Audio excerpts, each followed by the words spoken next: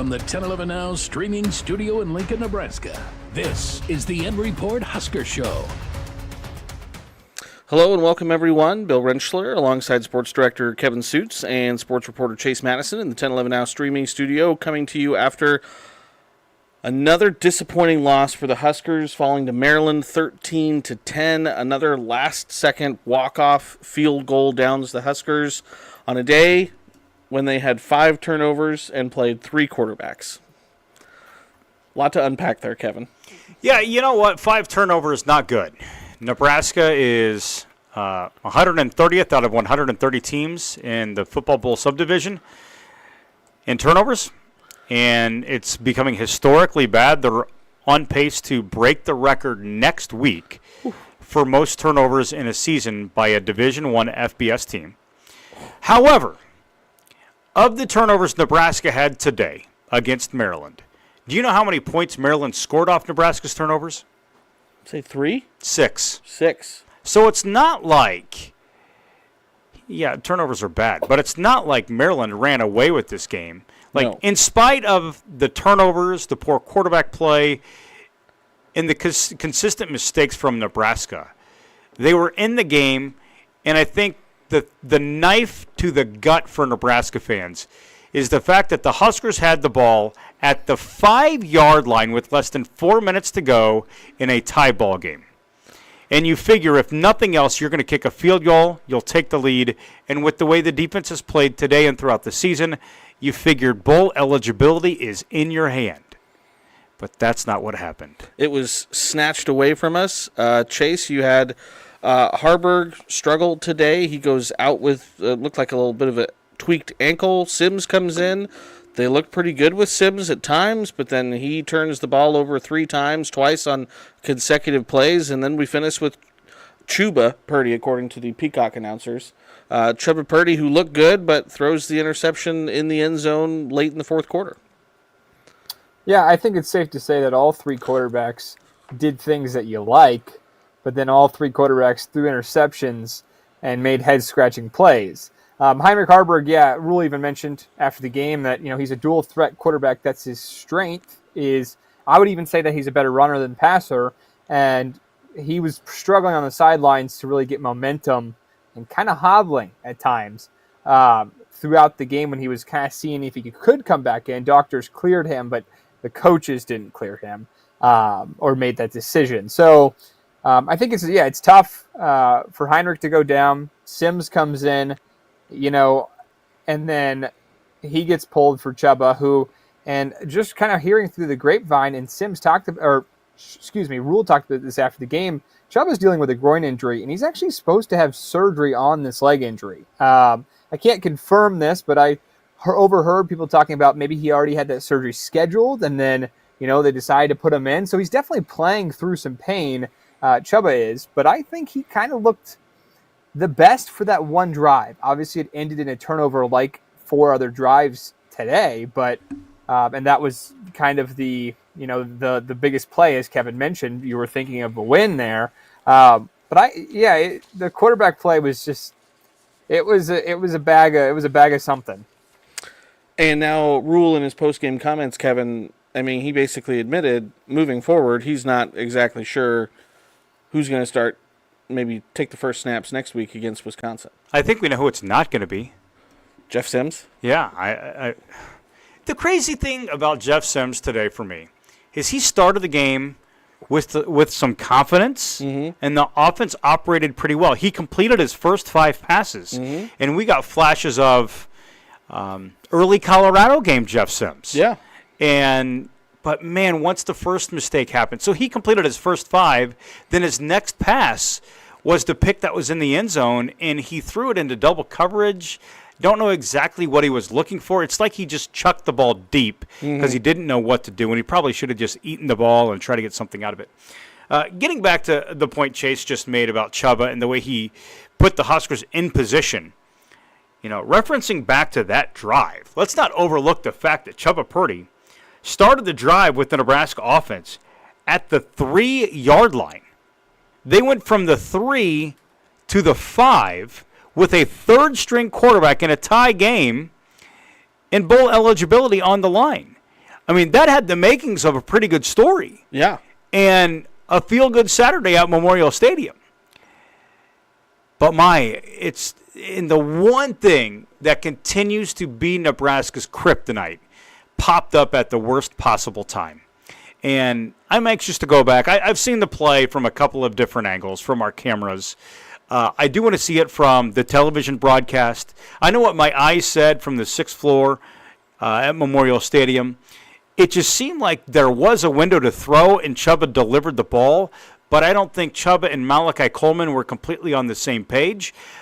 But this is what the fans are going to say. And I've already heard this from many people because my phone's been like on fire over the past hour and a half. Why are you throwing the football in that situation to begin with? And Matt Rhule said they wanted to play to win. I get it. And we don't want to be total armchair quarterbacks here.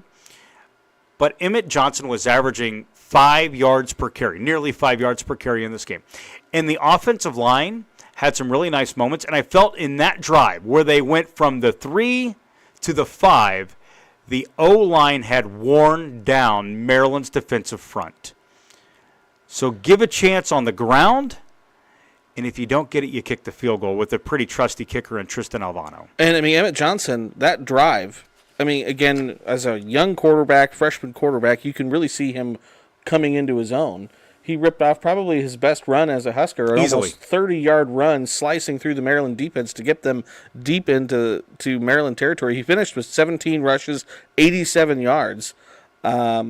And it sounds like, Rhule said the first down play down there in the red zone was supposed to be a run, but Chubba pulled it and tried to do something with it. So young quarterback issues there, a guy who's usually not taking the 1 or 2 reps in practice, a mental mistake there. But, yeah, man, Emmett Johnson ran hard today, and he ran good, and I thought that offensive line blocked well for him. I'll say this, young quarterback, not repping with who was around him in that moment? Emmett Johnson. You know what? He's not a first stringer anyway. Mm-hmm. So some of the guys that were on the field are dudes that Chubba Purdy is repping with every single day at practice. Malachi Coleman, Emmett Johnson, some of the linemen, because they've had injuries up front too. So It's not like you bring in a guy who's completely foreign to everybody. And I felt like the offense, with Chubba engineering that drive, had some great energy. They were excited for him marching the team down the field. And back to your point of Emmett Johnson, I think you could argue that he's not getting the ball enough. It did seem like they made more of a concerted effort today, and Chase, maybe you noticed this too, to stick with one guy, and that guy being Emmett Johnson. Whereas we've seen maybe more of a rotation. We still saw Anthony Grant, we still saw Josh Fleeks, but it seemed like Emmett was in there a majority of the time. Yeah, there was 8 people that ran the ball for Nebraska, but Emmett Johnson had 17 carries. So, you see that they were definitely trusting him the most. And in those 8 rushers, 3 of them were quarterbacks. So I think leaning on him, he showed flashes of RB1 potential, and I think he's just going to get better. Only 2 games left of a freshman year, but he's definitely someone they can trust. And, going back to Kevin's point, they, besides the Jeff Sims fumble on it was like a weird counter play that he got hit kind of weird. Besides that fumble, and Jeff Sims has had ball security issues, they weren't fumbling. They were holding onto the ball, running it very successfully. And, it goes back to that decision to throw it on 3rd down from the 5. So I think Emmett Johnson played really well. It was the interceptions today. I mean, and Harburg threw one. 4 of them. And Harburg threw a 5th one that was called back because of a penalty. You thought their first drive of the game, they run the fake punt. Nate Borkacher, the TV broadcast was talking about stealing a possession. That's what they did with that fake punt. But then they turned it over. So 5 of them on the day. Again, we could do a whole segment on all the turnovers. I think I saw. But the question is, I know you probably want to move on from the turnovers, and our listeners and viewers might say the same thing. Hey, move on. But here's my question, and this has come up in the post-game news conferences with Matt Rhule and the players. Obviously, they've been trying to focus on it at practice. It's been such a big issue. Has it been addressed at practice? Yeah. It's been addressed going all the way back to the Minnesota game. And they continue to focus on ball security and, checkdowns and making safe throws. And in pressure moments, what do you do with the football? They have repped it. At this point, is it just what it is? And you have to accept that this is a team that's going to turn the ball over? I don't think that that's fair. I don't think that that's right. Like, but what do you do? That's why Matt Rhule gets paid the big bucks. But because I'm saying, like, what would you do? They have been doing. Yeah. It just hasn't yielded the results. Yeah. So, do they all need to go to us? All get hypnotized and have like burned from their brain that this is a part of the DNA of the team? And I do feel bad for the defense because as good as the defense has been, man, they've had to experience sudden change more than any other team in college football, and they've been in some insanely challenging spots, and they've always tended to rise to the occasion. They have. And, yes, they gave up the drive that led to the game-winning field goal for Maryland. They went 12 plays in 75 yards. You could also point to that, and maybe we should have spent more time talking about that at the beginning, that even after the interception, the defense could have put a stop to this. But Maryland was able to kind of chunk their way down the field. But this defense just continues to just hold and exert so much energy. They are naturally going to have some sort of a drop-off in production because they are pressed upon so much. Maryland had the ball 11 times. They had 11 drives. And, I mean, it felt like only one turnover. Or only one touchdown, sorry. Yeah, but it felt like half the time they were starting, I mean, certainly, if not plus territory, right near midfield. And so, I mean, again, as good as the defense has been this year, you can only ask of them so much. But, man, they played good again today. They certainly look like they had more fire than they did last week against Michigan State. Marquise Buford, I thought, played great, had the blitz off the edge. I thought Ty Robinson had one of his better games. I would Mark agree. Butler had a great game. Man, they were flying around. And again, with the 5 giveaways, you can live with it if you win the game because they had 3 takeaways, but they couldn't get it done. But I feel like Nash Helpmaker played a pretty good game up front too, and even after the game, as the teams meet at midfield, they shake hands, some hugs, all that stuff. One of the offensive linemen for Maryland, was seeking out Nash, and he like dapped him up, and even says like, I'll leave out the expletive, like, you're a really big dude. And it's almost like he gave a lot of respect to Nash in that moment. And I think it was interesting that he wanted to go fight him and tell him as much, because he's still a young guy that's being pretty productive along Nebraska's defensive front. And so I thought one of the positives from today, again, with the defense taking the ball away, defense playing well, I thought, and Chase, I'm sure you probably noticed it too, I thought the O-line pass protected really well today, especially compared to kind of where they've been over the past couple weeks.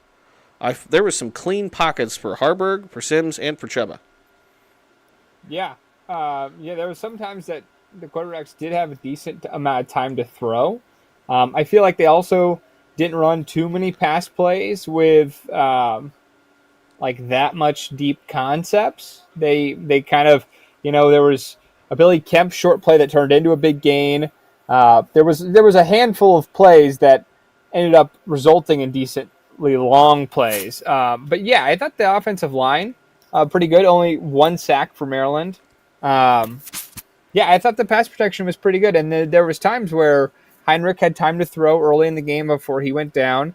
Sims had time to throw numerous times. And, I almost feel like at times, I don't want to say this, but when you give him time, that's sometimes where he gets in trouble, where he, tries to be a hero and make a play. I thought, back to what Kevin was saying, like, these quarterbacks, like, they had time to pass. They had the concepts. They were running the ball well, which, keeps the defense on their heels, which is what you want. There was times, too, where, like, Sims looked really good at the beginning stretch of when he came in. And, I think once that first interception, and even, like, there was a play where he rolled out and he took it for 4 yards, which he could have made a throw and maybe put the ball in harm's way. But, once he had that first interception, I think it probably got back to him mentally. But, yeah, the offensive line played pretty well. I think they've kind of solidified their group now, right, with Justin Evans-Jenkins and Ben Scott and those guys. I think they have a unit that they're pretty confident in. They've been working and practicing together now for, 2 weeks?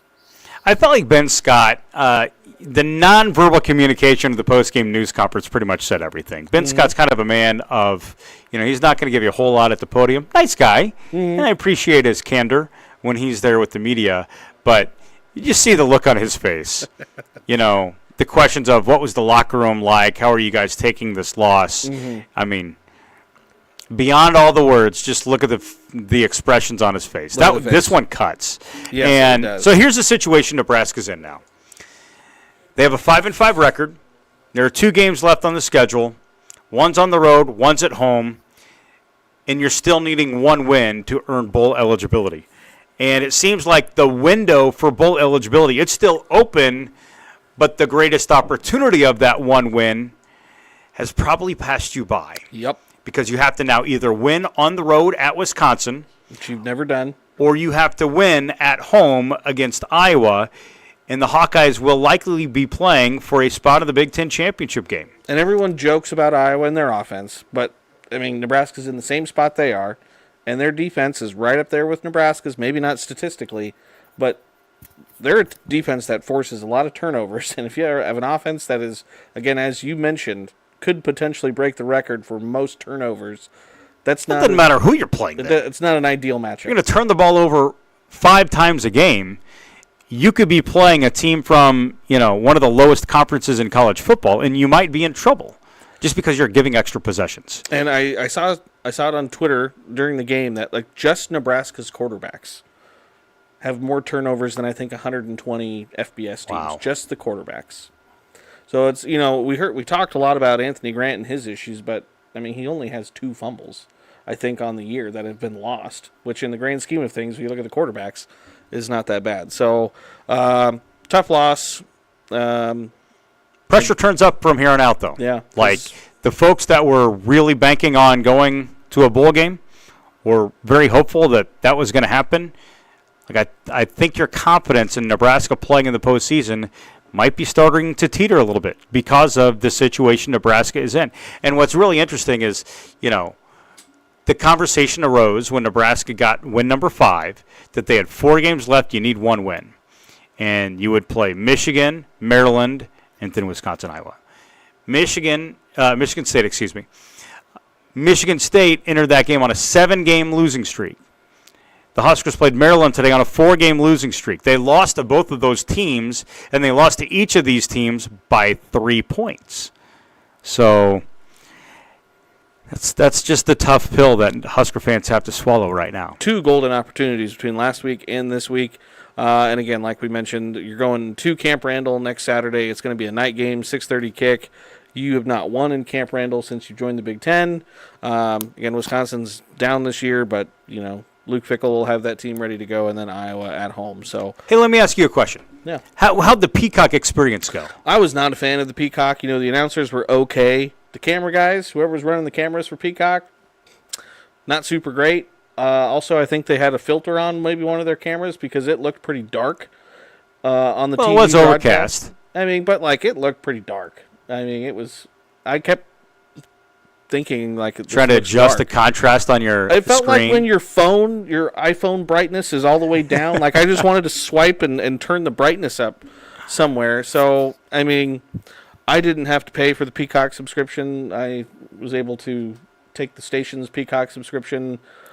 Were the phones in the newsroom ringing all throughout the game? No, actually, at the beginning of the game? I don't think I heard the phone ring once. Well, I did hear some feedback. Folks that live in rural areas where the internet connection is not the greatest. Had a little bit of a... There's some people that didn't really get to watch the game, despite having the Peacock subscription. That's upsetting.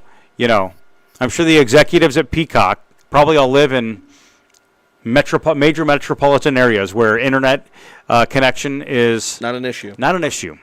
But if you're going to some of these rural communities across this state, it's a totally different ballgame. And I know that I sympathize for some of those people that, had to explore some new technology, had to try to get everything all set up. And then game day comes, and the tradition of watching Nebraska football on a fall Saturday. And it still doesn't work. And that probably had to be very frustrating. I feel bad for them. But it's unfortunate. A new era. It's only going to continue. You're going to have at least, I think, 3 Husker basketball games on Peacock this season.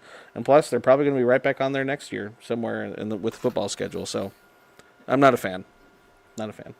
So, all right. So we'll obviously have more coverage. There's no early show tonight on 10:11, so everything will be at 10 o'clock. I think probably 10:30 is when the newscast is supposed to start. Do you know? 10. Is it 10? All right. Well, 10. That is pending the final of the women's soccer league. If it's 10:30, I'm not aware of that.